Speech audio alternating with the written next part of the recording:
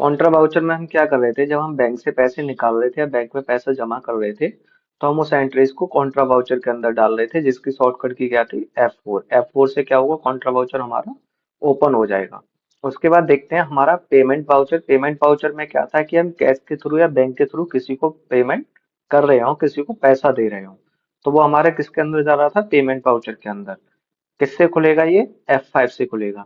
Receipt voucher, receipt voucher में हम क्या कर रहे थे, किसी से पैसा ले रहे थे, यानी कि कोई सामने वाले व्यक्ति हमें पेमेंट कर रहा था, वो बैंक में कर रहा हो या फिर कैश में कर रहा हो, वो किसके अंदर जाएगा, रिसिप्ट वाउचर के अंदर। और वो किससे ओपन होगा, F6 से।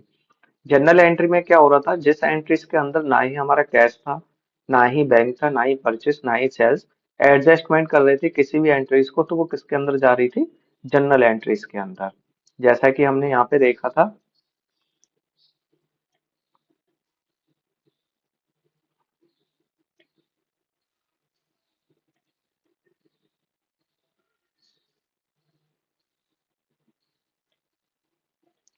जैसा कि हमने यहाँ देखा था जनरल में एडजस्टमेंट एंट्रीज, तो यहाँ पे क्या कर रहे थे हम, उस एंट्रीज को एडजस्ट कर रहे थे।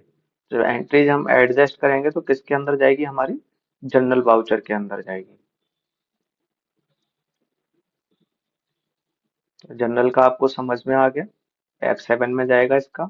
सेल्स, जब हम किसी को सामान बेच रहे हो तो F8 में जाएगी एंट्री, यानी कि जब उस एंट्रीज में हमने क्या देखा था, कोई भी गुड्स हम सेल्स कर रहे हैं तो वो किसके अंदर जाती है, सेल्स के अंदर जाती है, सेल्स वाउचर के अंदर जाती है। किससे ओपन होगा, F8 से। परचेस, जब हम किसी से कोई सामान खरीद रहे हैं तो वो किसके अंदर जाएगा, परचेस वाउचर के अंदर जाएगा। वाउचर किससे ओपन होगा, F9 से।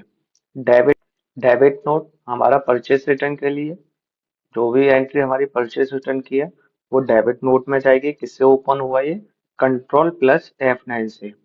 क्रेडिट नोट, जो भी एंट्री हमारी सेल्स रिटर्न की होगी वो किस वाउचर के अंदर जाएगी, क्रेडिट नोट वाउचर के अंदर। ये किससे ओपन होगा, F8 से ओपन होगा, ठीक है।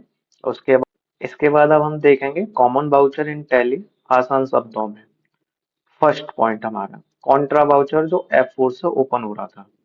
जब आप कैश को बैंक अकाउंट में जमा करते हैं या बैंक से कैश निकालते हैं तो ऐसी एंट्री कॉन्ट्रा वाउचर में की जाती है।